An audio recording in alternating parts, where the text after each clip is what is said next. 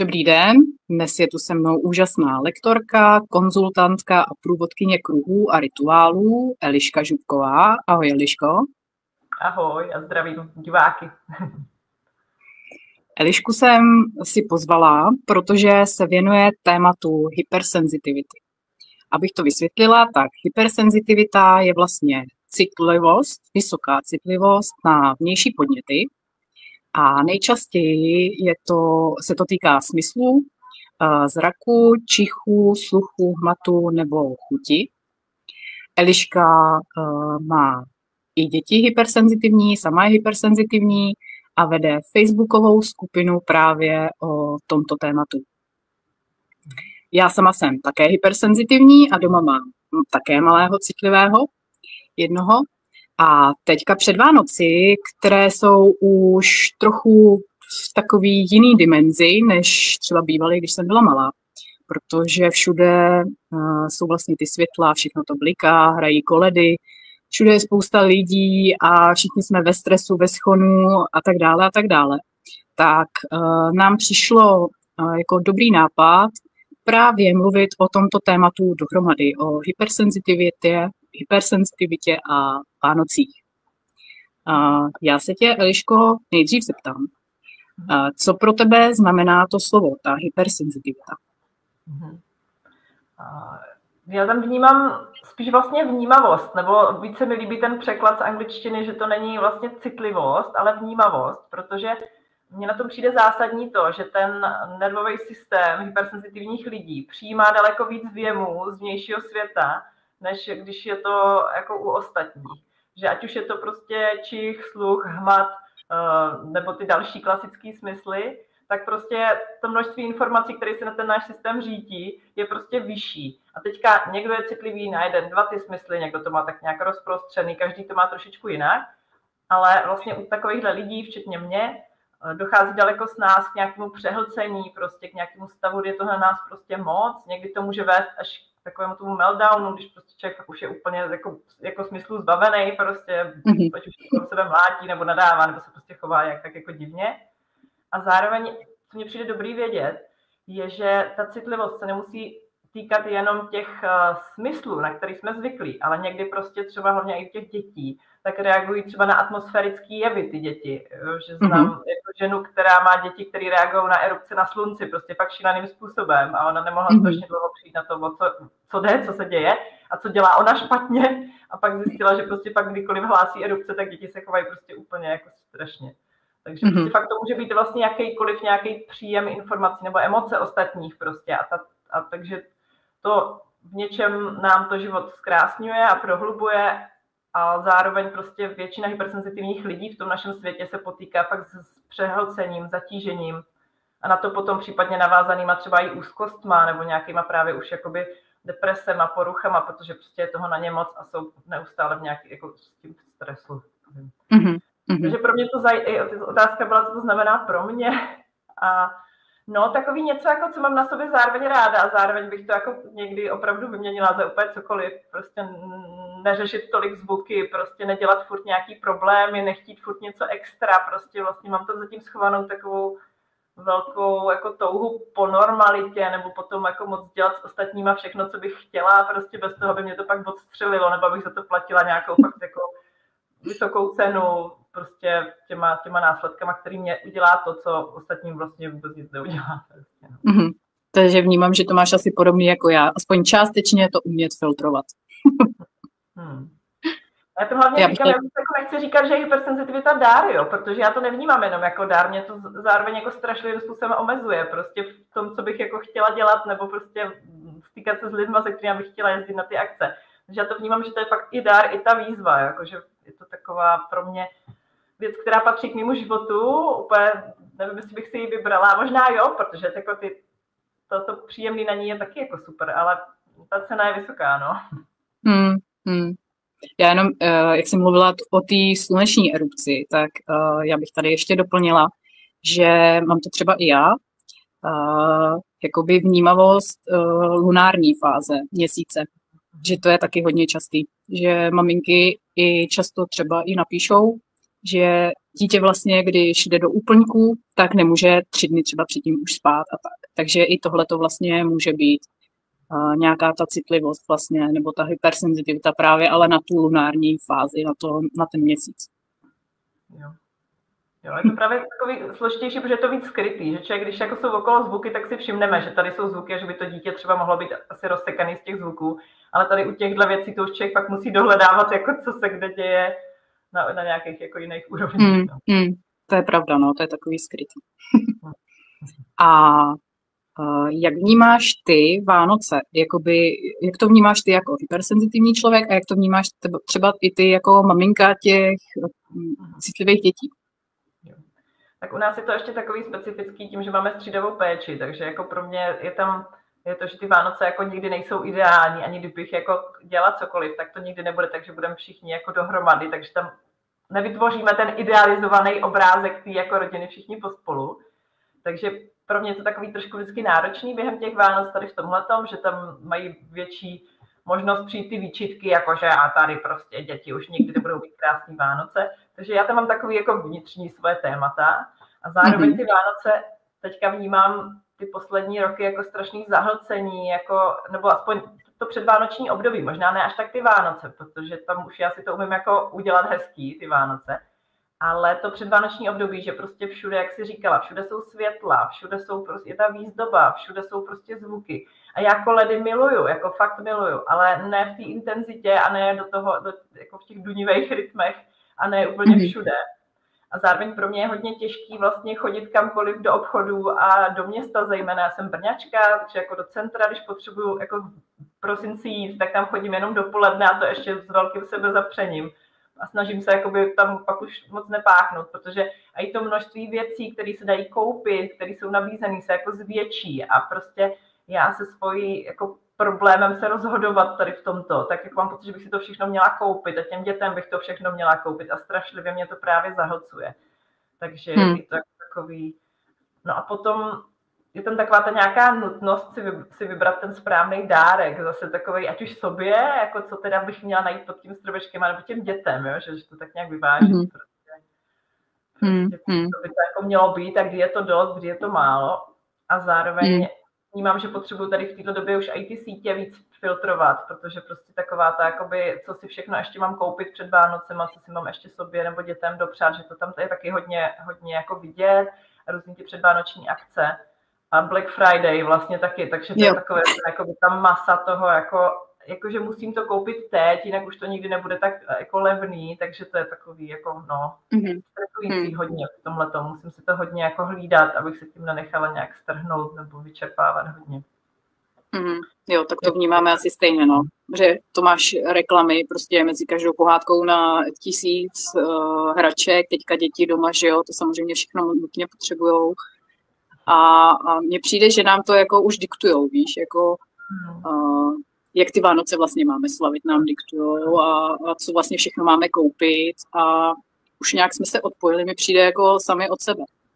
Víš, že i ty světla, mně to přijde jako hrozně moc, že třeba ozdobení těch domů vlastně venku, když si to vemeš, tak spousta těch lidí používá i takový ty modrý světla vlastně.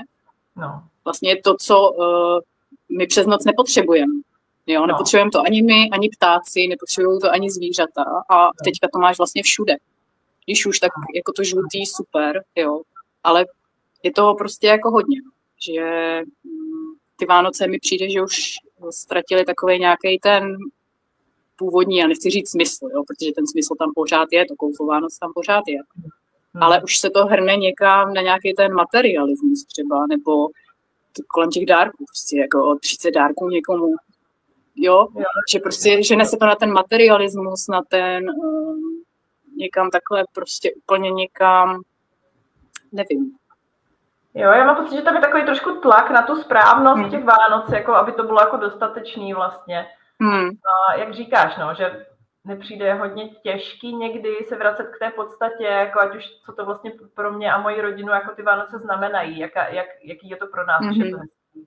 A to je zároveň to, na co se můžeme jako soustředit a to jakoby, co nám může pomáhat, ale je to samozřejmě jakoby u tady těch hodně aktivních mozků, jak je ten můj, ještě trochu ADHDácký, prostě, že on pořád všechno jako vymýšlí a analyzuje a teďka jakoby, já říkám furt jakoby, to se mi dřív nedělo, tak jsem chtěla říct, že mě vezme fakt hodně energie usměrnit ten svůj mozek, aby teďka před Vánoce furt neodbíhal jako do všech těch jako dalších možností. Že během roku je to pro mě výrazně snazší a teď je ta koncentrace toho, kolik energie musím vynaložit na odhádění těch myšlenek navíc, jako fakt velká, jo? Že musím potom se hodně šetřit vlastně v jiných věcech a ubírá mi to síly de facto. To není moc příjemný, no. To chápu. A v čem vidíš třeba ty vánoční výzvy v dnešní době? Jo, já budu asi v tomhle mluvit spíš jakoby o mojí rodině nebo o tom, co já vnímám pro sebe. Jako výzvy, netroufám si říkat, co je to pro ostatní. Jako pro mě je to určitě perfekcionismus můj, jako silnej, který prostě nabíhá trošku na to, jak by to mělo vypadat a jak by to mělo být vyladěný přesně podle toho, co si myslím.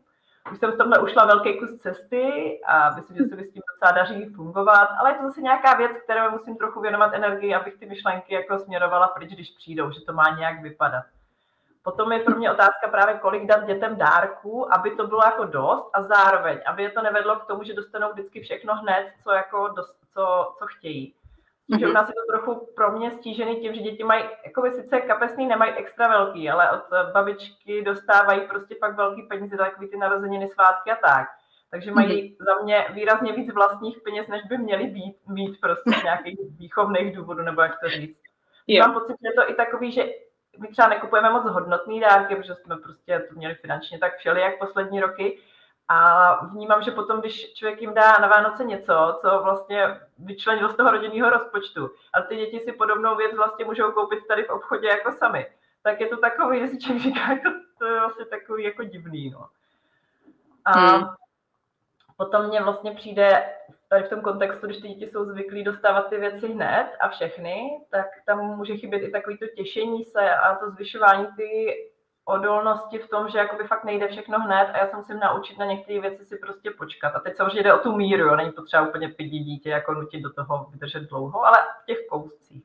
Že to je něco, s čím já se jako potýkám. Pak, jak už jsem říkala, i to téma, jako, že když je rodina rozvedená, tak už vlastně nemůžou být hezký Vánoce, prostě z nějakého narrativu, který okolo trošku jako vnímám. Takže to je samozřejmě takový si to jako ustát, že i tak ty Vánoce nám můžou dát ty příjemné pocity, i tak ta rodina může být spolu v nějaké formě, prostě najít si tam tu pospolitost. A zase jako děti mají těch vánočních stromečků víc, což do nějaký míry je pro ně jako taky fajn. A to by si to nejspíš nevybrali, minimálně ty naše. A potom ještě vlastně pro mě je takový těžký, že jak ty Vánoce jsou prezentované, nebo vlastně i jsou ten svátek té rodiny a toho domova a tak si jako víc a tíživěc uvědomuju situaci lidí, kteří ten domov nemají prostě. A který nemají ani třeba ty peníze na ty dárky, prostě fakt, tak mám pocit, že to na ně musí v této době víc dopadat, prostě, že to nemůžou dopřát třeba těm svým dětem, co by prostě jim chtěli dopřát a tak. A že musí být hodně těžký, jakoby vlastně si na tom nacházet to příjemno, i když prostě fakt, takže mě to vlastně tak nějak háže do lítosti, jako že nemůžu tolika lidem třeba pomoct a zároveň prostě přemýšlím, jak oni se asi cítí, právě tady v tom jako tlaku rodinách, všechno dětem kupte a to, když některé ty rodiny jsou fakt rádi, že mají vůbec ten stromeček, pokud vůbec prostě a k tomu prostě pár drobností. No, a ještě zároveň jsem chtěla ještě k těm Vánocům říct, že taky si na tom uvědomuju, že pro mě je takový hezký cvičení, hledat jako ty radost v té prostosti, protože my jsme třeba minulý rok měli stromeček fakt takový jako maličký stromeček, jenom lehce nazdobený, prostě vlastně loni jsme měli fakt jako málo dárků prostě, fakt takový jako spíš drobnosti, málo dárků, ale i tak se nám tam nějaký to kouzlo jako povedlo pro ty děti i pro nás dostat, že to tak jako bylo hezký. A děti teda, ale bylo hezky vidět, jako jak to vnímají, že oni vlastně se z toho radovali a byli v pohodě a pak jenom tak říkali, mámo, a ty nám jako dáváš vlastně málo těch dárků, protože prostě pak dostaneme hodně u taťky, že? A já jsem říkala, no tak de facto jo, protože si myslím, že vlastně ani nemáte dostat takový šílený kvanta prostě jakoby věcí. A oni říkali, jo, tak jo, a vlastně ani nebyli jako naštvaní, oni to vlastně automaticky brali, protože se bavíme o penězích, bavíme se o nějakém rodinném rozpočtu, o možnostech, jaký máme a o těch hodnotách, tak oni vlastně si to tak chviličku jako vlastně, aha, těch dárků je vlastně málo, a vlastně to nevadí, my budeme mít víc u taťky a tady u tebe, a to neřekli potom, ale bylo to tam jako, že a tady jako je nám fajn, prostě tady si tak radujeme, zpíváme si ty koledy, že vlastně to tam nějak jako bylo. Mm-hmm. Takže se to tam jako dá dostat, ale člověk musí si hodně popracovat, nebo já si musím hodně popracovat v sobě, aby právě tam nebylo to a měla bys jim dát hodně a měla bys víc a měla bys prostě všechno nějak jinak, no. Jo, ale mně tohle to přijde jako super teda. Víš, že i kdyby vlastně třeba pak ještě to ani nejeli třeba k tomu taťkovi nebo něco, tak stejně pak tam jsou ještě babičky a jako ty další vlastně věci, že jo. No. Takže ono ve finále už nejsme u nějakých těch 2 dárků, ale jsme zase u těch 20, že jo. Přesně tak, že mi přijde, že jako vlastně musím kalkulovat, že mám pocit, že by děti měly dostat aspoň zhruba jako nějaké množství jako drahých věcí a tohle. A teďka, když vím, že u toho tatínka dostanou obrovský drahé věci, tak já jako za A, třeba loni to třeba ani nešlo, ale třeba letos už je to s financema u nás lepší, takže třeba dostanou děti koloběžky, jo. Ale i tak, já bych jim, jako vlastně nechci jim dávat těch dárků tolik, aby jim to dohromady dal ten obrovský balík, protože druhá věc je ta, jedna věc je nějaký, učíme se o hodnotě věcí, a druhá věc je ta, že ty děti jsou z toho zahlcený, ty maličkatý, prostě já jsem to viděla hodně, fakt takový ti prťátka, když dostanou prostě malý prťátko k narozeninám prostě 10 dárků, tak pobíhá od jednoho dárku ke druhému a je z toho úplně hotový prostě. Jo, když má dárek 1, 2, tak se na to soustředí, je spokojený a hraje si. A když těch dárků je moc, tak ty malí děti ani neví, s čím si hrát první prostě. A ve výsledku to pro ně může být velmi stresující. Koru těch citlivou a řekla bych, že i u jako normálnějších dětí. Takže vlastně člověk musí kalkulovat jako jak dohromady s tím, že co tak zhruba vím, že dostanou babiček a tak, to poskládat tak, aby vlastně to nebylo na ty děti moc, no. A ono vlastně ve finále, když vlastně tyhle ty Vánoce bys jim dala jako třeba 10 jich, tak oni příští rok budou, když už to ví, že jo, tak příští rok budou očekávat zase minimálně těch 10, nebo víc. Jako, jo, tady, jako mně se tohleto jako líbí, no, že člověk se toho snaží tak jako minimalizovat, což je úplně fajn, no. Nebo napsat aspoň nějaký ten seznam a pak to prostě rozdát a prostě těch 10 lidí, který vlastně budou dávat, že jo, tak se to rozdělí a dostanou vlastně to, co ty chceš. Jo, a takhle to je taky jako docela, víš, že si to vlastně rozhodneš, ten svůj seznam si rozdělíš mezi těch 10 lidí, kteří je budou obdarovávat a vlastně... Když oni samozřejmě spolupracují, ne vždycky ti prarodiče a další to jsou ochotní spolupracovat, jo, ale občas to aspoň trošku jde, takže kde to jde, tak mně přijde, že to... A zároveň pak člověk nemá doma věci, které mu překážejí a i třeba některé děti jako řeší, že těch věcí mají moc, že jim to jako zavazí, že si v tom neumí udělat pořádek potom, jo, že můžou být těma věcma vlastně nějaký dost zahlcený a i potom v tom. Těma, co nepoužívali, jim líto to vyhodit, protože prostě je to od babičky a to známe asi i dospělí, jako jak někdy je to. Jo. A pak jsme nechtěli, ale prostě pro toho člověka bylo důležité nám to dát a teď my to prostě nechceme vyhodit, protože tam je ten... a pak máš jde takový ty serepetičky, že jo, prostě plně a vidíš to vizuálně, že jo, a přijdeš domů a zahlcená hnedka během 2 vteřin, protože všude máš serepetičky a tak, no. Což je taky jako pro ty senzitivní nebo hypersenzitivní lidi docela náročný, byť si to třeba ani nemusí uvědomovat, že jo, vlastně, že v prostoru vlastně vizuálně, když tam mají spoustu věcí, tak je to jako vyčerpávání. Je to tak a je to, jak říkáš, není to úplně dobře vidět, jo? Že to člověk třeba o sobě, já jsem to třeba o sobě taky zjistila až teďka, jako vlastně, už teda v práci jsem to zjistila, že když mám prázdný stůl, tak se mi jako výrazně líp soustředí a líp se mi prostě celkově všechno dělá. A u těch dětí mám taky hodně, že nejlíp se cítí, když jsme někde na hotelu prostě, že prostě dojdou do toho hotelového pokoje, tady je to skvělý, tady, protože tam nejsou ty věci prostě. Jo? Že to jako, je to sklidňuje, takže přesně i to jako vyrovnat to množství věcí doma, no.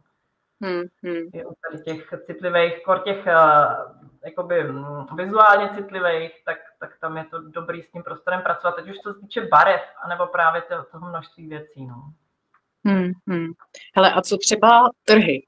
Jako chodíte na trhy? Nebo...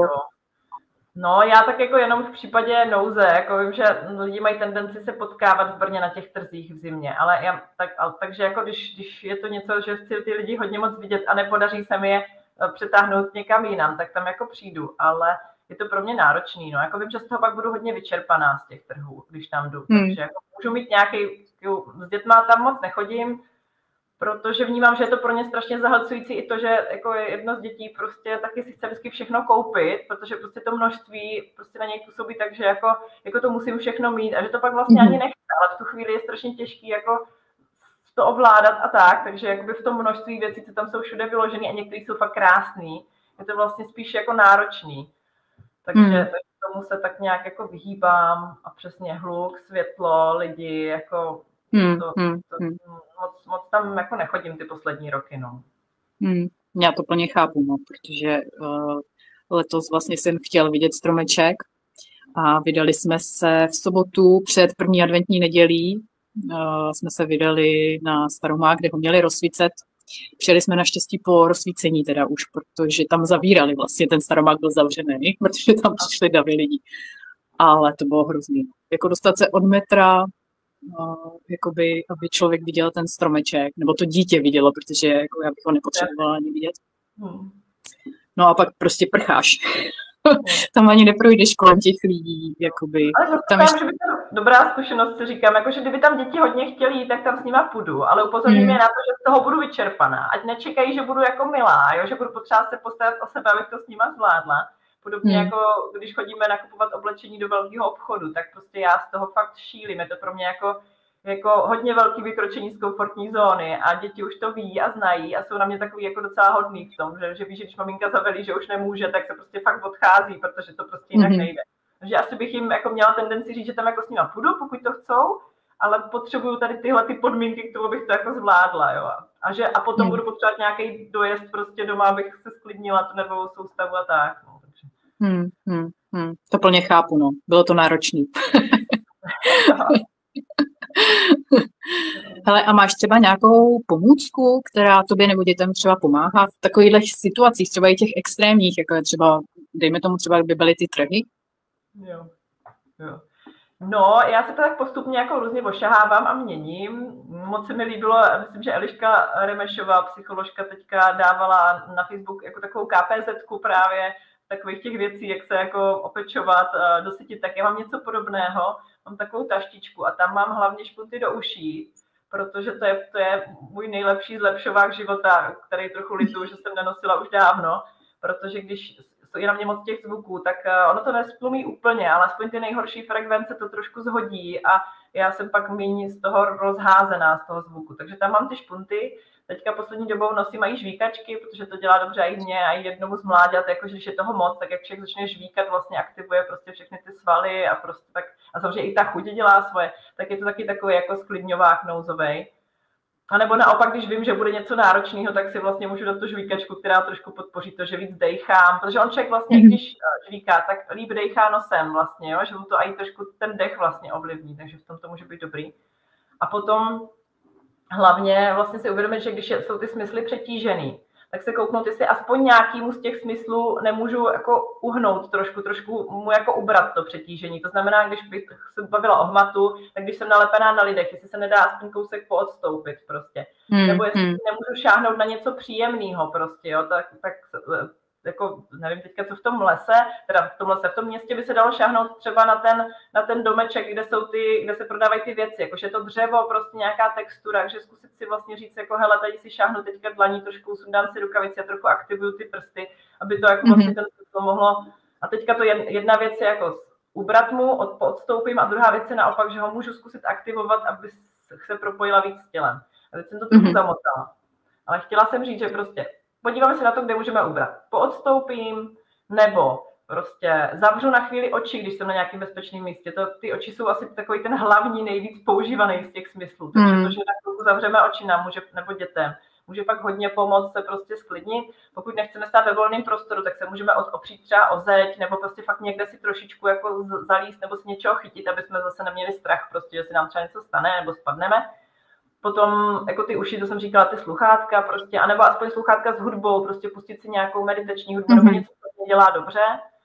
A nebo prostě, a nebo dělám to, že právě takový to bručení, jakože si začnu prostě broukat pro sebe, jakoby vlastně ty vibrační prostě tóny, jako takový to nebo prostě cokoliv, nebo jenom jako mručím prostě, protože to aktivuje bloudivý nerv, který je zodpovědný za nakládání se stresem.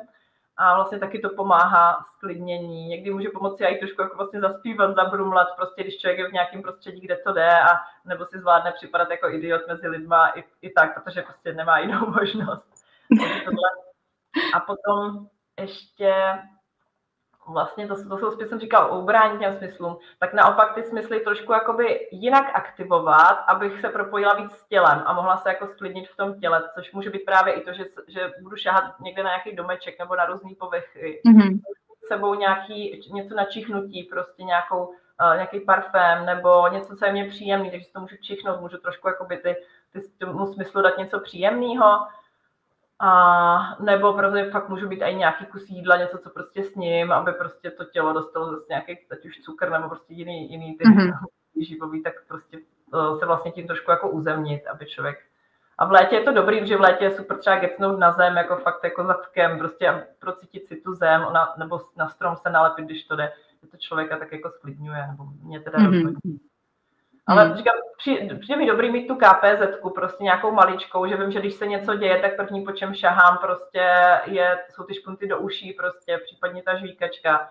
A vlastně přijde mi, že dřív jsem se snažila to všechno jako vydržet a prostě, že přece to vydržíš. A teďka jdu trošku opačným způsobem, že se to jako vypečovávám, protože já, když bude krizová situace, já vždycky vydržím. Já jako tohle mám u sebe tu zkušenost opakovanou, že jak tam jede adrenalin, tak já nemám problém vydržet a ve výsledku daleko víc než většina lidí okolo mě.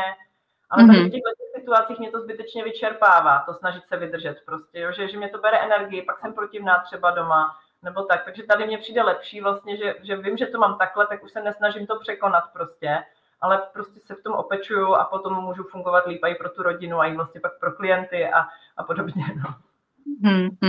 Já tady to jakoby vnímám taky stejně, no, že dřív jsem to vlastně přicházela. Myslela jsem si, že to je normální, jakoby, že tak to prostě mám, takhle prostě to se mnou půjde. No a poslední roky taky, já teda nemám přímo KPZ-ku, ale máme sebou vždycky špunty, máme sebou vždycky sluchátka pro mě i pro syna, i do kina. A já třeba, když odcházím, tak já si mažu ruce krémem, který voní, mám svůj bylinkovej a vím, že voní, mám ho i s sebou, kdyby náhodou, tak si zase namažu a můžu kdykoliv prostě čmuchat ty svoje bylinky, že jo. A taky je super věc, která mi pomáhá, že se takhle prostě, když nemám nic u sebe, že jo, protože většinou ty děti můžou mít, nebo i ty dospělí můžou mít taky ty mačkátka, víš, ty hračky takový, myslím, ty mačkací, tak já mačkám sama sebe prostě a to je úplně super. Pro ty prsty, no, nebo zkusit si třeba jako ruku takhle tlakově. Jo, prostě zviditelnit sám sebe. Vlastně nebát se šáhnout na svoje tělo, že ono nám to od toho přetíženého nervového systému může jako pomoct, že to taky jako takový spíš tlakový, ne rychlej většinou, ale spíš prostě jako šaháme tam dotyk, tak to může krásně ten nervový systém. Jo. Žvejkačka, jak jsi říkala, taky super právě. Protože právě žvejkáš a zase to tělo se věnuje spíš tomu žvejkání, než prostě jako tady nějakému tomu. A ještě, co se mi osvědčilo se mi to jednou v IKEA, kdy už jsem toho měla až takhle, protože jsme tam šli po nějaké době a teďka tam taky, že jo, tam mají ty světla, teďka do toho ty lidi. Nebyla jsem najedená a měla jsem toho fakt jako už hrozně moc. A do toho ještě jsme se tam zasekli kvůli něčemu, co jsme vůbec jako ani neplánovali, že se tam jako na to budeme podívat kvůli světlům. Takže tam vůbec, že jo, v tom, jak tam jsou vlastně to místo pro ty světla, jak tam mají všechno rozsvícený, aby se podívala, jak to vypadá, tak tam už jsem začala jako, takže jsem se rozdejchala, ale nepomohlo to. A před těma lidma, byť jsem dlouho čekala a váhala, jestli to tam před těma lidma udělám, tak jsem šla do bobku a dala jsem si oči, jako zakryla jsem si klapkama na oči, vlastně jako oči a pomohlo mi to v tu chvíli. Ale to už bylo v takové fázi, že už jsem nevěděla, jestli to opravdu rozdýchám, protože už jsem začala být, no já bych řekla před tím meltdownem, že za chvíli už by to prostě asi tam si... Takový to jako k panický atace trošku, jako že, prostě, že fakt už je to jako vlastně vážný, už člověk potřebuje to, už najíždí do toho uteč, bojuj, nebo prostě zmrzní. To byl přesně ten moment, který se mi teda stál poprvé v tu dobu a byla jsem z toho docela špatná, že jsem si říkala, že jsem to nechala zajít až takhle vlastně jako daleko. Ale pomohlo to, takže taky doporučuji zakrýt třeba i oči, klidně i do toho klubíčka. Buď za váma někdo přijde, jestli se něco děje, nebo prostě maximálně zavolej policajty. Ale pomáhá to. Pomáhá to určitě. Jo, vlastně mít takový jakoby pár postupů, které vím, že mě pomůžou, nebo pomůžou tomu dítěti v tu chvíli vlastně mít to vlastně trochu připravený na některé situace.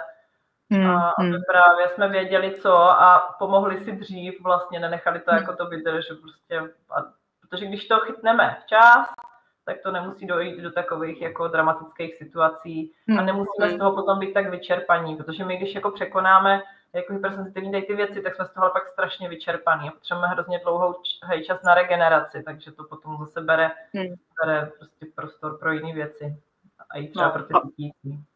A vlastně ještě, jak jsi říkala, poodstoupit od těch lidí, to je taky super. To se mi osvědčilo třeba, jak jsme byli na těch kempech na Krištofech se synem a s manželem, tak tam se mi osvědčilo taky. Že když jsem byla už z toho jako úplně, jako taky tam toho bylo prostě hodně. A já to mám v nějakém videu, který jsem točila. Tak jsme šli úplně někam stranou, kde jsme si prostě sedli. Sice jsme to spouzdálí jako viděli, slyšeli a to, ale nebyli jsme úplně v tom dění. A tam taky, dali jsme si prostě nějakou limču, najedli jsme se a zase a znova můžeme prostě mezi ty lidi, taky super. Člověk načerpá jakoby další tu energii, já jsem se tam promačkala. Jo, přesně, že člověk, a zároveň ono je lehčí se o sebe postarat dál od těch lidí, protože oni na nás nekoukají z takový blízky, takže si člověk nepřipadá jak takový uchyl, takže prostě vlastně odejít může být i to, jako že prostě najednou mám prostor si na to tělo šáhnout nebo se si jako všimnout. Ono to je hodně, myslím, nejenom o hmatu, ale i o emocích, jakože lidi, kteří se citují na emoce jiných lidí. Tak i když jsou třeba ty emoce příjemný těch lidí na tom koncertě, tak to může být prostě moc na to dítě nebo toho dospěláka. Takže vlastně já vnímám, že tohle jsem zažila i na jednom ženském kruhu, že jsem musela prostě fakt poodejít, protože tam byla jako intenzivní emoce a hlavně intenzivní hudba. Oni tam hodili takovou dunivou hudbu, která pro mě je problém obecně. Takže jsem si musela fakt jako poodejít a vlastně ten kruh s těma ženama mít jako z dálky trošku, což bylo najednou takový pro mě náročný, jsem si připadla trošku mimo, ale zase jsem tam s nimi aspoň nějakou formou byla, protože kdybych se jakoby donutila tam zůstat, tak by mě to hodilo do dost nepříjemných stavů a rozhodně bych si to neužila prostě a nebylo by to jako, nedalo by mi to příjemný, co jsem od toho chtěla vlastně. No.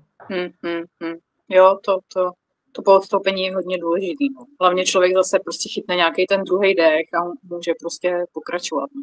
Jo. A ještě mě napadá vlastně, když člověk se přátelí s lidma, kteří jsou víc v pohodě v tomhletom, tak a jim to třeba říct, hele, jako když toho na mě bude moc, tak můžu reagovat takhle v tu chvíli a buď to chci, abys mě podpořil takhle, když budeš mít chuť, anebo nech mě bejt, prosím tě, hlavně na mě nešahej, prostě já se o sebe postarám a když budu něco potřebovat, tak si řeknu. Že tohle já vnímám hodně v takových těch jako spíš, když člověk začne plakat, jako když ho ty emoce jako dávali do toho smutku, že lidi se hodně snaží ten smutek jako zahnat, aby ten člověk rychle přestal plakat a tak. A spousta lidí má tendenci vás objímat, když pláčete. A teďka některým lidem to pomůže, ale mě to třeba háže do strašné paniky, když za mnou někdo jako přijde, že mě chce obejmout, protože já se potřebuju s tou emocí nějak popasovat sama. A prostě já si přijdu, když chci podporu jako fyzickou. Ale já si s tím potřebuji nějak jakoby si zjistit, co se mi to děje a tak. A když mě někdo chce objímat, tak je to pro mě vlastně ohrožení de facto. Takže vlastně může být užitečný, když to naše okolí informujeme, že prostě kdybych začala plakat, tak mě prosím tě nechej bejt, já se o sebe postarám, jako umím s tím pracovat a pak případně za tebou přijdu o nějakou podporu, když bude potřeba.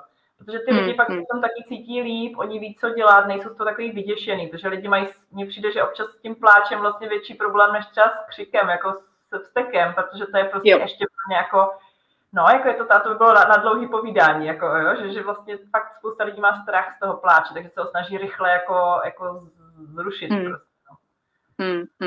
No já bych tady ještě chtěla teda dodat, hlavně pro dospělí, kteří třeba vnímají, že jim vadí ty zvuky a tyhle ty všechny věci, ale ještě s tím jakoby nic neudělají, že jim třeba přijde až trapný nasadit si ty sluchátka, nebo prostě víš, jak to myslím, jako, nebo udělat ten bobek, jako jsem udělala třeba já v IKEA, protože tam jsem se vlastně schoulila a věděla jsem sama sebe, prostě cítila jsem sebe, zakryla jsem si ty oči, bylo toho prostě na mě hodně.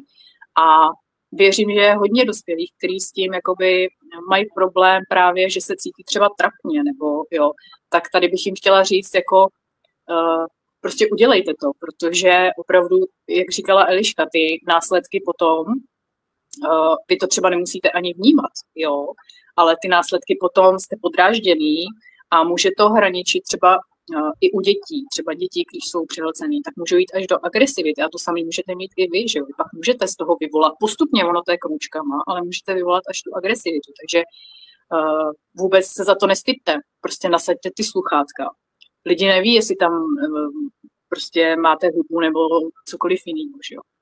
A i v tom kině, jako, no tak vás 20 lidí uvidí ve sluchátkách. A jako, jo, prostě určitě si zatím běžte a necítíte se trapně, protože nás je spousta, je nás hodně. A je dobrý, aby to i to okolí třeba vědělo. Já mám chuť ještě dodat, že vlastně člověk si z toho může udělat takový trochu pokusy, jo? Že nemusím začít zrovna někde, kde to bude totálně trapný, ale můžu to napřed vyzkoušet někde, kde to vlastně jako moc nevadí, kdy to není ještě tolik divný. A vlastně i v tomhle si dovolit jít po těch malých krůčkách prostě, protože to samozřejmě nejde hnedka se přestat stydět, ale může to být o tom, že to vyzkouším. Tady v tomhle prostředí přežiju to prostě, tak prostě půjdu vlastně tam, až potom půjdu někde, já nevím, na rodinnou oslavu, kde si prostě uprostřed rozhovoru s babičkou nasadím sluchátka, jo? Tam už je to prostě řekla jako vyšší liga trošku. Vyšší level. Většině rodin. Takže prostě fakt na to jít takhle postupně a zároveň na to si člověk fakt zvykne. Jakože i si zvyknu na to, že cítím se divně mezi lidma se sluchátkama, tak je to potom čím dál méně těžký prostě. Jo? Za začátku je to obří, takže právě proto doporučuji začínat někde, kde to pro vás není tak těžký, takže tak nějak jako být k sobě laskavý k tomu. Jo, to je super dodatek tohleto. To je super. A navíc ono to okolí se občas vlastně dost jako cuká, když my začneme s tou hypersenzitivitou pracovat, protože ji už v sobě postupně objevujeme. Dost často díky těm dětem, tak to okolí se tak tváří, ale takovouhle tě neznám, tak vlastně jim to narušuje ten obrázek, který o nás mají udělaný.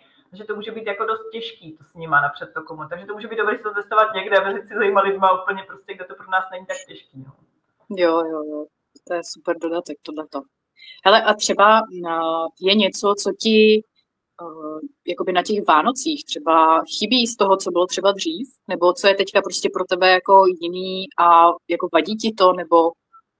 Jo, tak jako já jsem, jako vadí mi, že toho nebylo tolik těch reklam a těch světel a tak, ale jestli by mi to chybělo, já jsem měla jako dítě vždycky milovala takový to jako, že se jde z toho pokoje, teda z kuchyně k tomu rozsvícenému stromečku a my jsme to vždycky měli jako se svíčkama a s prskavkama a živej stromeček, takže tam mám takový ten jako hodně čichovej věm prostě toho překvapení s těma prskavkama, takový to jako vidím ten rozsvícený stromeček, tak to je něco, co prostě jakoby to, já nemám moc ráda překvapení, jo, ale tady ten jakoby věm toho stromeček svítí, prostě je to nachystaný, tak to mě trošičku chybí, ale zároveň mi přijde, že když si dáme ke stromečku jako svíčky a prskavky, že si ho tak jako umím i vykouzlit, prostě, že teď a zároveň ty děti můžou zapalovat ty prskavky, takže je to takový jakoby živý, jo, že to třeba nemají tolik nachystaný, jako že my jsme přišli ke stromečku, ale zároveň oni se podílejí na tom rozsvěcení toho stromečku a tak. No a jinak u nás to bylo takový ty Vánoce, většinou já si pamatuju hodně takový to nekonečné čekání, co mě jako dítě hrozně drásalo a to, že rodiče se jako aby ty stresy vánoční zvládli, tak si u toho trochu jako připíjeli alkoholem a vím, že mě to jako dítěti strašně vadilo. Jakože prostě ne, že by byli opilí, ale prostě vadilo mi to, jakože byli takový trošku to na nich bylo znát, že si něco dali. Jo. A potom jsem vnímala někdy takový to, jakože teďka se o Vánocích budeme tvářit, že je u nás všechno v pořádku. Prostě, že to jakoby se snaha zakrýt ty problémy, které třeba jsou pod tím povrchem v té rodině. A my se o Vánocích jako tváříme, že tam ty problémy nejsou. A to je něco, co mě jako vlastně hodně vadilo. A vždycky mi to, i teď mi to jako vadí, když už se tím tak netrápím, prostě, že je to nějaký takový to období, kdy se snažíme si hrát na něco, co nejsme a kdy se snažíme se tvářit, že je všechno v pořádku, i když to v pořádku není. A když na to někdo upozorňuje, tak ho ještě jako setřeme, protože prostě teďka jsou Vánoce, teď žádný konflikty neexistují. Tak to je něco, co na Vánocích jsem jako dítě fakt neměla ráda, no. A vnímám to osvobození, že si člověk ten štědrý den teďka jako může udělat jako podle sebe, jo? Že se vlastně nemusí tvářit, že není naštvaný, že se nemusí tvářit, že to, že naopak může říct, hele, teďka jsem naštvaný, jdu se o sebe postarat, abych tady s váma zase mohl být jako spokojený, prostě, jo, jako že ne si hrát na to, že se prostě pořád milujeme a nic tom. Tak jsem ráda, že už si to vlastně můžu přizpůsobit podle svýho. Já jako třeba cukrový, jakože prostě nedělat ho moc, ale prostě jako ráda peču, tak většinou děláme ty 3 druhy, jeden po jedné babičce, druhý po druhé babičce a jedno nějaký, co si k tomu vyberem. Jako mám ráda tu vůně toho cukroví, to patlání, ale nechtělo bych mi dělat 12 druhů, prostě jakože prostě to jako taková příjemná aktivita s dětma, vzpomínky na ty babičky a tak. Tak to mám ještě hodně ráda. Já jako tohleto, ten schon vlastně, který teďka je, a je to vlastně i mediálně, protože všichni jsme na sociálních sítích, že jo, takže všichni dávají ty obrovské krabice s tím cukrovým a nazdobený a nasvícený všechno, tak já už taky nepeču, no, prostě 20 druhů cukrový, protože mně to přijde i zbytečný za prvý. Je to vysilující, nejdřív vlastně všichni, to si pamatuju, že jo, když jsem byla malá, tak nejdřív to jíst nemůžeš, jo. A když to jíst můžeš, tak už to nikdo nemá chuť prostě, nebo už to prostě nechceš.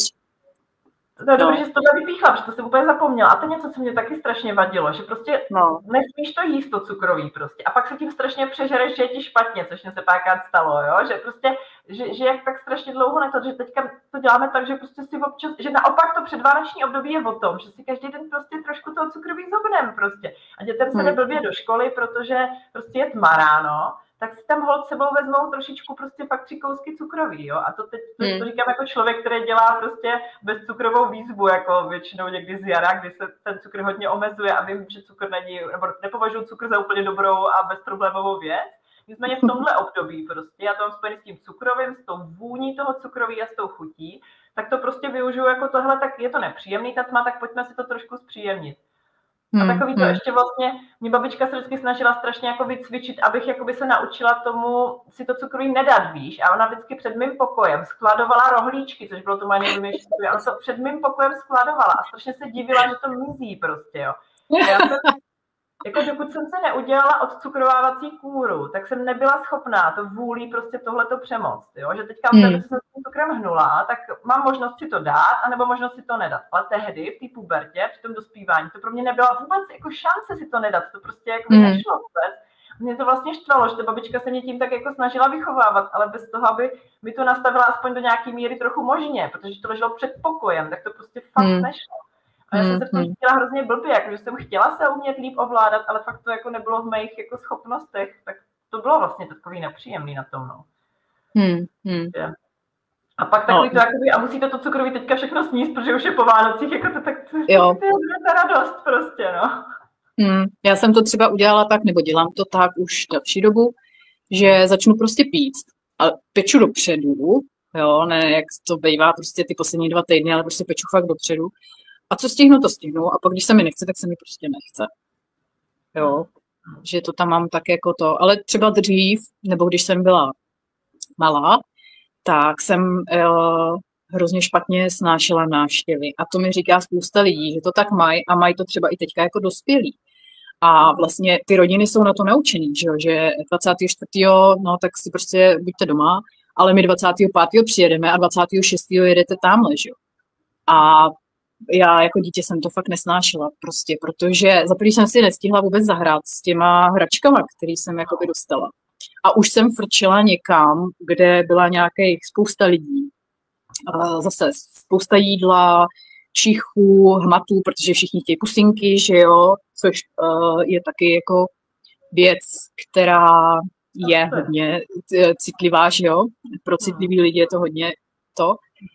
Takže všichni tě chtějí objímat a já nevím, co ještě všechno, povídat si, takže jako i sluchově prostě a teďka oni si tam mezi sebou něco dospěláci povídají a ty si tam prostě máš jako, no bylo to jako hodně náročné. Jeden den u jedné babičky, druhý den u druhé babičky, byť je jako miluju prostě, tak tohle to bylo hodně náročné, že jsem neměla vlastně... Musíme udělat v těch vánočních dnech, že to je takový těžký, že prostě jakoby bác jeden obrovský zážitek, bác, to možná není jenom i o těch údajích, ale že i o těch zážitkách, o tom, že mi emočně je to prostě velká věc ty Vánoce, být příjemná.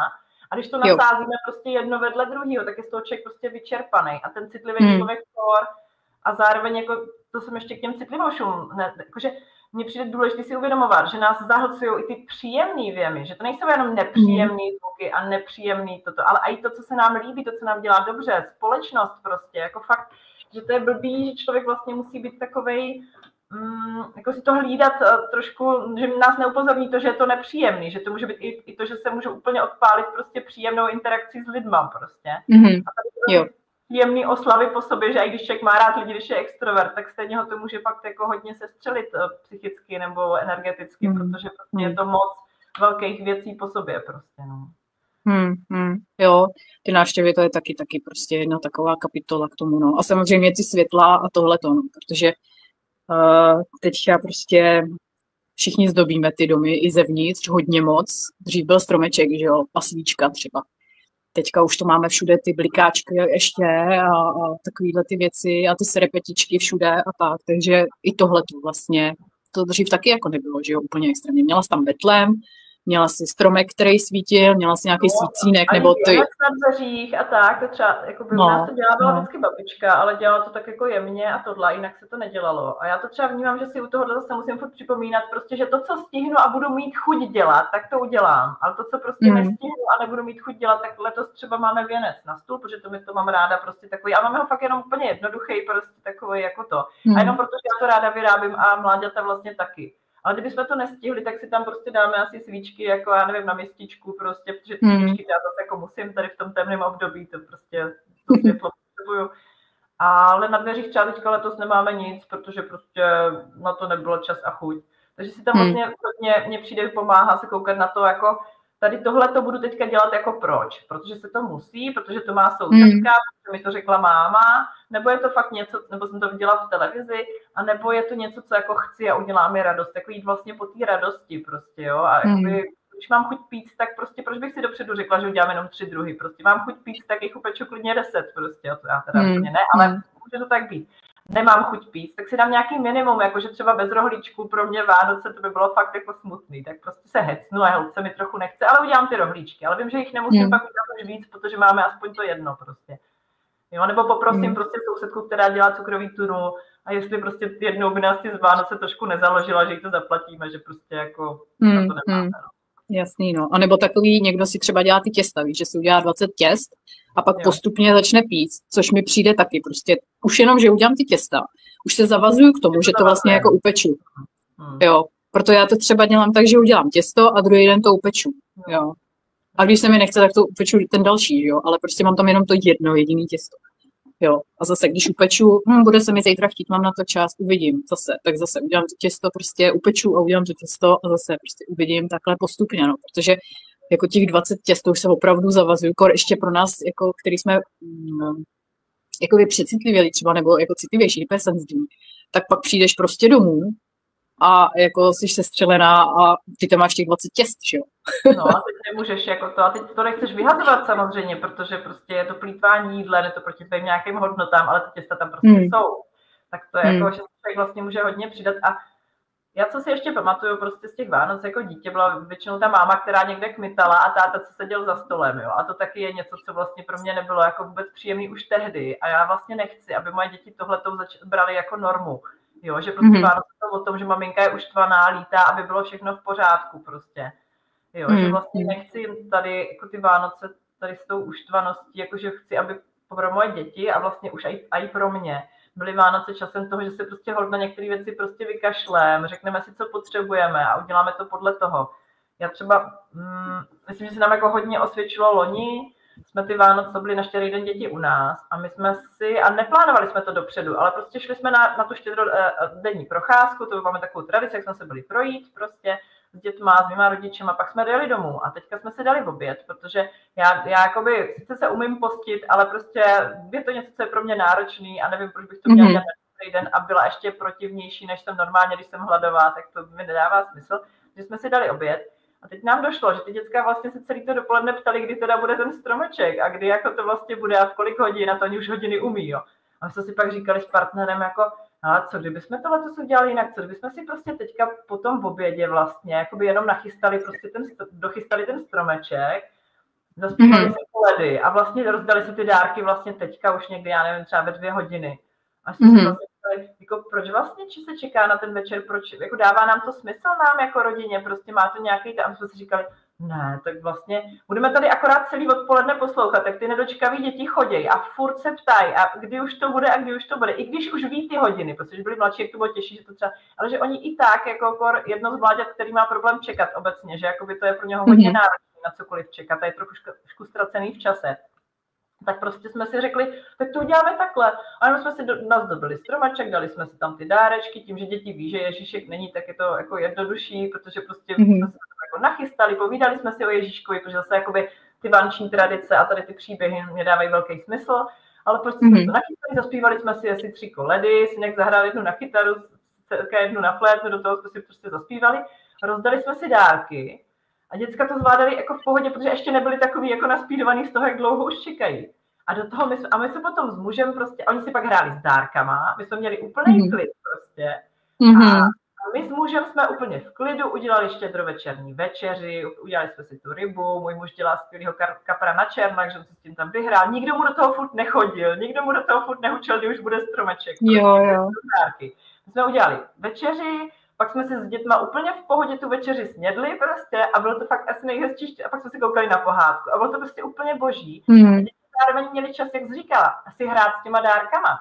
Protože ono, když člověk večeří prostě v těch 6-7 a máte děti malý, který potřebují jít brzo spát, tak jako rozděláte dárky, máte hodinu na to si s nimi pohrát a pak musíte jít spát. A další den jdete k babičce, jako to je fakt jako psycho pro ty děti prostě, jo. Takže to je peklo, vlastně to není psycho. Přizpůsobit, jakože neříkám, že to je jediný správný způsob, ale nebát se si to přizpůsobit té rodině a jejím aktuálním potřebám, který zjistíte nejlíp až ten den, jakože neplánovat si to úplně prostě do puntíku. Ale prostě, říkám, my jsme zažili, to byly tak krásný Vánoce, prostě v takové jako pohodě prostě, děti spokojený, my spokojený, nikdo nebyl uhnaný, nikomu nevadilo, že mu děti běhají prostě v kuchyni při vaření, protože prostě pořád už jako se strašně těší a potřebují nějakou interakci, jo, takže to bylo ale je hodně rodin, který začali dávat prakticky jako v Americe, akorát, že 24. a dávají to třeba ráno. No. Jako hodně se to teďka to posunulo, no, vlastně. No. Je to jako v tomhle kontextu dává smysl, jako, že člověk není už úplně unavený, ty děti zahlcený, že ten celý den prostě, že vlastně, a zase, pro někoho to může být fakt důležitý to mít na tu večeři, ale přijde mi to o tom vědět, proč to tak mám, je to něco, co já opravdu chci a moje rodina potřebuje, nebo by to prostě řekl někdo prostě vedle. Pokud je to opravdu moje, tak to tak prostě udělejme a je jedno, že všichni ostatní dávají dárky do ráno, protože prostě je to teďka moderní, jo, bych to takhle. My to jako rodina chceme prostě takhle. A ono to zní asi banálně, ale já vím, jak moc já občas tady ty věty potřebuju slyšet. Jako ještě to pořád po těch letech práce na sobě furt občas potřebuji připomenout, že to je v pohodě to udělat jinak prostě. A zase, že to příště můžeme klidně udělat zase jinak, jo? Že to nezničí to kouzlo těch Vánoc, protože to kouzlo je prostě v tom stromečku, pro mě v té vůni těch prskavek, vůni toho cukroví, prostě té dobrý večeři a tomu, že si zacinkáme prostě, že přijde Ježíšek prostě, jo, jako... Já to mám tak, že my máme večeři třeba ve 2, ve 3 hodiny už. Právě přizpůsobený takhle. A hele, je něco třeba, co bys poradila těm rodičům, těch hypersenzitivních dětí teďka na ty Vánoce, jako jak to mají uchopit, nebo pomoct, nebo jak to jako udělat ten čas? Aby si je třeba nepřehltila, že jo, nebo víš, jako abys tam nedávala moc těch. Máš nějaký takovou radu? Já mám pocit, že už jsme toho dneska řekli tolik, že už to trochu přehlcovací teda bude, jo, tak to nechci vypíchnout. Ještě něco dalšího, jestli tě něco napadá. Zase spíš jako řeknu z toho, co už jsme říkali, co bych jako vytáhla, prostě fakt mít nějakou takovou opečovací krabičku, když se Vánoce neubírají formou, kterou jsem si, jako vlastně, protože problém dost často jsou naše očekávání, prostě když si je uděláme a pak se bortí, tak místo toho, aby jsme se zabývali tím, co teda s tím můžeme udělat, tak se hroutíme z toho, že to jinak, než jsme chtěli. Takže možná nachystat si pro sebe nebo klidně i pro děti, pro muže nějakou opečovací krabičku, kde budu vědět, že když prostě se to nepovede, tak se podívám tady na ten obrázek a vzpomenu si, že svět má smysl a není všechno špatně jenom proto, že se nám nevyvedlo tohleto. A potom právě tady ten důraz na to jakoby zastavovat se trošičku a všímat si, proč dělám to, co dělám. Jestli to je jako moje a mojí rodiny, anebo jestli je to z vnějšku. Zkoušet tady tohleto jako vlastně z toho dělat. A potom teda pro mě je ještě fakt důležitý strašně, protože mě sociální sítě jako hodně vytrhujou prostě. Já to mám teda už nějaký rok daný, jmenuje se to Newsfeed Eradicator, který vám vlastně zablokuje celou tu zeď příspěvkovou a ty reely a tak, což je pro mě takový jako must have, protože když chci na Facebooku jako pracovat a komunikovat, tak mě to vždycky odvede tady k tomuhle a pak nad tím ztratím času a nestihnu udělat tu práci, protože už běžím pro děti do školy. Takže jako třeba se i podívat, jak se na tom se sítěma a s těma komunikačníma kanálama, jestli mě třeba neodvádějí trošku sami od sebe. A otestovat se to dá právě hezky o těch Vánocích, jakože já si vždycky vypnu Facebook, už teda poslední fakt 3 roky minimálně to dělám a budu to dělat ještě dál, že prostě fakt si vypnu Facebook už nějakého 20. 21. a snažím se ho zapnout až 2. Zase, pokud by bylo něco akutního, tak ho prostě pustím a udělám to, nedělat si tam na své past, jakože teď dokáž, že to vydržíš, jo. To je zase další tlak, který na sebe přidávám a podle mě zbytečný. A dát si to jako takovou možnost abych tam neměla pak pocit selhání, že jsem nedej bože jako tam vlezla, jo. Ale mně už se to tolik neděje, protože už to pro mě ta závislost je menší, podobně jak s tím cukrem.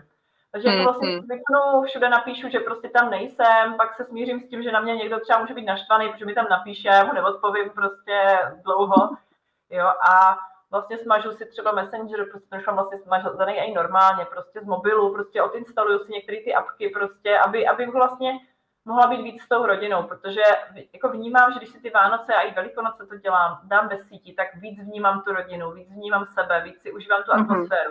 A míň přemýšlím, jestli jsou moje Vánoce stejně dobrý jako Vánoce tady Petry, která na Facebook hodila tady, jak celá rodina se vyfotila u stromečku. Jakože je pro mě těžké si tam nedělat ty představy o těch idylických Vánocích ostatních, bez toho, aby mě to tahalo od těch mých Vánoc. Takže vlastně je pro mě lepší to sdílet jenom tak, že si fakt s pár kamarádama pošlem mailem fotku, to třeba klidně, nebo po tom WhatsAppu, ale jakoby nepřidávat si ještě ty ideální Vánoce prostě ze sítí. Vlastně dovolit si mít ty svoje, být třeba prostý, anebo naopak hodně načančaný, ale moje prostě Vánoce. A fakt trošku to porovnávání, na který jsme strašně moc zvyklí jako vypnout. No.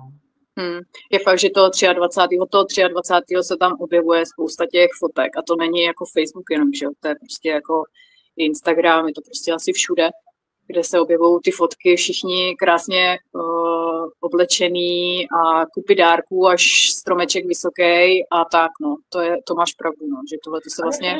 To zase pak pinká i trochu to pokrytectví, který je to vždycky jako dráždivý, jako já jsem hodně přímočará, já potřebuji ty věci pojmenovat tak, jak jsou. A pro mě je to těžké, když potom vím, že jakoby znám nějaký osobní příběh té rodiny, vím, jak to u nich vypadá, vím, jak se třeba k sobě ty partneři hnusně chovají, ale potom sdílejí ty fotky prostě, jaká je idyla u stromečku a já si dovedu představit, jak na sebe předtím řvali a jak děti se řvali, aby vůbec si k tomu stromečku prostě sedli. A i když tohle to vím, tak za A mě drásá to pokrytectví a za B stejně mě to pěkně koukají, jako oni mají idylu prostě. I když to racionálně vím, tak stejně mě to trochu stahuje do toho, hele, oni jsou takhle nazdobený a oni tu mají krásný stromeček a prostě to odtahuje toho mýho prožitku prostě. A my to vlastně takhle nemáme a tak, no. Je to pravda, že vlastně... Dárku, nebo my nemůžeme odjet prostě na Vánoce na hory, protože na to prostě nejsou teďka peníze, nebo ty peníze jsou, ale rozhodli jsme se jít do něčeho jiného letos prostě. A pro mě jako člověk, který byl zvyklý pořád jezdit na hory, je třeba tohle taky bolestivý, prostě jak všichni jsou pořád někde a já ne. Takže vlastně nepotřebuji zbytečně se tím nechat zrásat prostě a zase zkoušet, abych to vydržela. Prostě proč? Já si toho teďka uberu, prostě s tím tomu občas čelit musím, ale nemusím si toho dávat jako víc, než je nezbytně nutné. Prostě, no. Jo, tohle to vnímám taky, no. Ale je dobrý tip, jako všechno si to zavřít nebo odinstalovat, je taky jako, aspoň se to zase smaže, pročistí se jako paměť těch telefonů a všeho ostatního. A pak to tam možná houpnout znovu. Jo, to je pravda. No, ještě vlastně, co dělám vždycky o Vánocích teďka taky posledních x let, je, že si projdu prostě ten rok, jak uplynul, vlastně takový ten grafoman, co potřebuje mít všechno zapsaný, tak asi to není úplně pro každýho, ale že se mi moc líbí ten koncept takzvaných kouřových nocí, což jsou vlastně ty noci kolem Vánoc a vlastně každý ten den se ohlídnu prostě za jedním tím měsícem, prostě projdu si ten svůj diář, když bych byla hodně dobrá, tak projdu i fotky, že, ale tak to je jako prostě ideálně, ale to už je spíš tak z říše fantazie.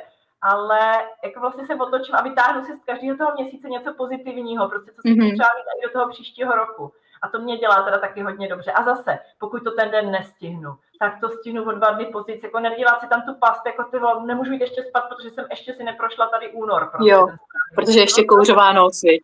No, být na sebe fakt v tom laskavá, prostě když to nestihnu, jak to nestihnu, když si stihnu podívat jenom na 5 minut na ten měsíc, tak je to taky super. Vlastně brát, že to, co k nám přichází, je přesně to, co potřebujeme prostě a že občas je dobrý se nezahltit a dát si tam prostě jenom trošičku. Takže i tady to ohlížení mám jako moc ráda, jo? Že mám pocit, že pak i ten vstup do nového roku je takový jakoby příjemný, byť já teda, jak se víc už babrám v té cykličnosti a i ženský, a i v tom cykličnosti toho roku, tak pro mě fakt ten nový rok de facto takový ten fakt jakoby energeticky začíná fakt až těma hromnicema, že tam teprve vnímám, že se jako probouzím, že ve mně začíná být víc energie, jo? Že ten nový rok je furt to období toho největšího temna, to se tak nějak jako zvládne i těma světýlkama, co si tady uděláme, ale nesnažím se po sobě ještě chtít nějaký jako nový velký věci a dává mi strašný smysl, nebo strašný, to zní hrozně, dává mi velký smysl si dávat předsevzetí až fakt spíš k těm hromnicím, protože mně přijde, že když po sobě něco chceme v té nejtemnější části roku, kdy naši předkové byli zalezlí a nic po sobě nechtěli a většinu času spali a nepracovali, My po sobě chceme, aby jsme začali měnit nějaké naše návyky zaběhaný, který mají nějaký důvod, proč je máme. A hnedka toho 1. ledna, tak to je strašně těžký. A přijde mi, že to je to, proč většina těch předsevzetí pak končí neúspěchem, protože to je období, který na to není vůbec jako, který nám v tom nepodporuje. Naopak nás to ještě jako háže zpátky. Takže spíš nás tady v tom období byli být hodní a pak si počkat prostě na ty hromnice, kde pak můžeme si dát nějaký předsevzetí, něco se sebou začít dělat, to je pro nás náročnější. No. Já to vnímám taky stejně, no, že jako pro mě ten Silvestr, no, tak jako 31. pak je 1. Aha, no, tak jako jo, možná kalendářně, ale taky to vnímám, že to je vlastně až řekla bych ta příroda, když se začne tak trošku jako už nám ukáže, jo, hele, už bychom mohli trošku se probouzet, tak to, no. Je fakt, že tyhle ty dny vlastně člověk by měl i víc, jako třeba i ten spánek, že jo, chodit dřív a tak, ta příroda nás k tomu jako pobouzí, že jo, dělat to tak, jak jsme to, jenomže my máme všude ty světla, my už jsme úplně zmatený z toho, celé tělo je z toho celý takový zmatený, no. A ještě třeba k těm Vánocům mě napadá jedna věc, kterou bych tady chtěla určitě zmínit, a to je vděčnost. Vděčnost za to, že tady vůbec jako můžeme být. A třeba u toho štědrý večeře, že jo, tak tu vděčnost toho, že tam jsou ty lidi s námi, že tam jako máme tu možnost tam jako s nima bejt prostě. Že tady jsou a tak. A to je hezký taky, že to říkáš, mně přijde, že já jsem tam tu vděčnost, jako když jsem byla malá, nikdy moc jako necítila prostě. Jo. Možná i kvůli tomu, že tam prostě bylo takový to, jako tváříme, že se máme rádi prostě a neříkáme tomu pravýma slovama prostě. Ale jakože vlastně se ju naučit vůbec vnímat, jak ta vděčnost funguje. A k tomuhle mě přijde dobrý vědět, aspoň podle Brené Brown a dalších jako lidí, který já sleduju a dává mi smysl to, co říkají. Je to, že to není, že lidi si často myslí, že vděčnost se rodí z radosti, ale ono je to naopak prostě, že se dá pěstovat vděčnost, začít fakt od nějakých konin typu ještě pořád dneska mám střechu nad hlavou, prostě nejsem pod mostem, jo, nebo prostě dneska jsem se dobře vyspala, až po ty velké věci, jako mám skvělého partnera, prostě jedeme na dovolenou. Ale tím, že si to trénujeme, tak jsme schopnější cítit radost potom v těch okamžitů, že je to fakt jako naopak. Takže ty techniky prostě fakt psat si 3 věci, jakoby, za které jsem vděčná, můžou hezky pomoct. A o těch Vánocích se to dá pěkně i s těma dětma, jenom si zkusit říct, za co jsem vděčná. A jenom jako nevadí, že to třeba ty děti nebudou umět, my to nebudeme umět, jenom si to jako zkoušet, že je to na to taková dobrá platforma. Jako ale bez té lítosti, bez té výčitky, aby to nebylo takovým tím způsobem, jako co by za to dali děti v Africe, jako takový to, jako, že vlastně nemáš být šťastný, protože prostě nejsou šťastní všichni, aby tam nebyl tady ten pocit viny za něco, za co ale jako nemůžeme prostě. Takže, co vlastně nemůžeš ani ovlivnit, viď? Ano, že jsem tady a takový mám možnosti a prostě můžu někomu pomoct, můžu třeba poslat nějaký peníze třeba na nocleženku nebo prostě někam, když ty peníze máme a chceme je za to dát, můžeme se tím vlastně od toho pocitu viny, který na nás může přijít, prostě jako trochu ulevit, třeba říct, že v rámci toho stromečku pošleme ještě nějaký peníze těm lidem, co třeba nemají takový stromeček. A vlastně učit sebe i ty děti vlastně té opravdové vděčnosti, která je procítěná a dá se naučit. Takže jako pokud ji zatím necítíte, já mám pocit, že jsem se ji fakt musela dost jako naučit, že jsem ji jako neznala vlastně moc prostě. Takže to je ještě krásný takový téma vánoční vděčnost. No. Ale já myslím, že už jsme toho dneska teda řekli jako spoustu. No. Ty, co nás poslouchali, nezahltili, protože... Můžou to když tak poslouchat na několikrát. Ještě nám řekni teda, kde tě najdeme, nebo kde tě najdou. Tak jak už jsi říkala, tak ve skupině rodiče hypersenzitivních dětí, tak tam se vyskytuju, jinak na Facebooku mám stránku Eliška bez příkrás, mám k tomu i webovky, dělám konzultace, dělám různý takový setkání právě pro rodiče tady těch dětí. A pak teda ještě vás chci pak pozvat, jestli posloucháte, chtěli bychom, nevím, jestli v lednu nebo v únoru, udělat opakování kurzu, co jsme teďka dělali právě pro rodiče. Jsme to nazvali náročných dětí, jako ADHD, autismus nebo právě jako hypersenzitivita, která v zásadě nějak ovlivňuje ten život. A to byl fakt nádherný počin ten kurz a my doufáme, že ho pustíme nejenom pro Jihomoravský kraj, bude teda placený, protože zatím se nám nepovedlo sehnat na něho nějakou další dotaci, jako jsme měli na ten první běh, ale chtěli bychom do budoucna zkusit na to sehnat i právě nějakou podporu přes nějakou nadaci, protože mně přijde, že tady s citlivýma dětma ty výzvy jsou občas fakt obrovský a rodiče jsou hodně vyčerpaní a hodně to na ně dopadá i jako na ten partnerský život, protože prostě pořád řeší, jak tomu dítěti ulevit, jak mu pomoct, jak vůbec zvládat rodinný život, jak se potkávat s lidma, nebýt izolovaní a tak.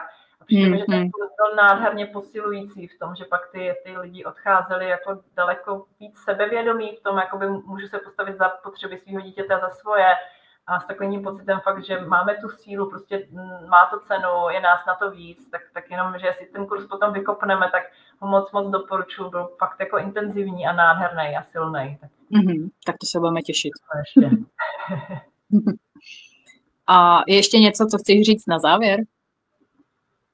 Jo, já spíš jako chci asi poděkovat Míšo ty, že jsi tady dala impuls tady k tomu setkání a jsem měla díky tomu vlastně prostor se opravdu nad těma Vánocema zase zamyslet, jako trošku si zopakovat, co vlastně těch Vánoc letos chci, což je prostě super, děkuju. Teď to, jako víš, že jsem na to tak naladěná v tom, jako co chci a co nechci, čemu se vyhnout, co prostě pustit. A za mě asi jediný takový jakoby velký připomenutí, fakt si všímejte toho, co potřebujete dneska a nesnažit se to naplánovat na další týden prostě, jako fakt si říct, hele, jak nám dneska je, co jako rodina chceme a zkusme si udělat ty Vánoce tak, aby nám v tom ideálně všem bylo dobře a aby jsme si fakt řekli, co je to nejdůležitější. Je to se sejít u stolu, nebo je to pohoda, nebo je to že tady nikdo nezvýší hlas prostě a jestli k tomu dosáhneme tím, že budeme čučet na 10 pohádek po sobě, tak pokud samozřejmě to dítě nemá záchvat po pohádce, jak některý ty citlivouši malí mají, tak prostě koukat na pohádky, na přeskáčku, aby to zase nebylo, že jenom rodiče koukají na to, co baví děti, tak prostě vybereme něco, co baví i nás ideálně prostě. Jako neobětujme se totálně těm dětem prostě, protože oni to stejně poznají, že se obětujeme a stejně nám to pak dají sežrat, takže prostě to fakt jako všem. A nebo teďka se to přizpůsobilo tobě, další pohádka se přizpůsobí mně prostě. Takže tak. A být na sebe fakt hodní, když se to nedaří, prostě zkusit se tak nějak aspoň vnitřně pohladit a říct si, tak to se ti fakt nepovedlo, prostě celý Vánoce jsou na prd, ale ty seš i tak dobrý člověk, prostě malá, prostě. Ta laskavost k sobě je moje oblíbená, no. Já jsem na závěr ještě chtěla taky teda něco říct, ale myslím, že ty si všechno úplně zmínila, takže po to se všechno podepisuju. A chci jenom říct, že teda tohle to bylo povídání o hypersenzitivitě a Vánocích. A věřím, že to někomu třeba mohlo pomoct nebo aspoň nasměrovat třeba k něčemu dál, třeba, že jste pochopili, že třeba jste hypersenzitivní, nebo že vaše dítě je hypersenzitivní, anebo že to začnete aspoň třeba vnímat trošku.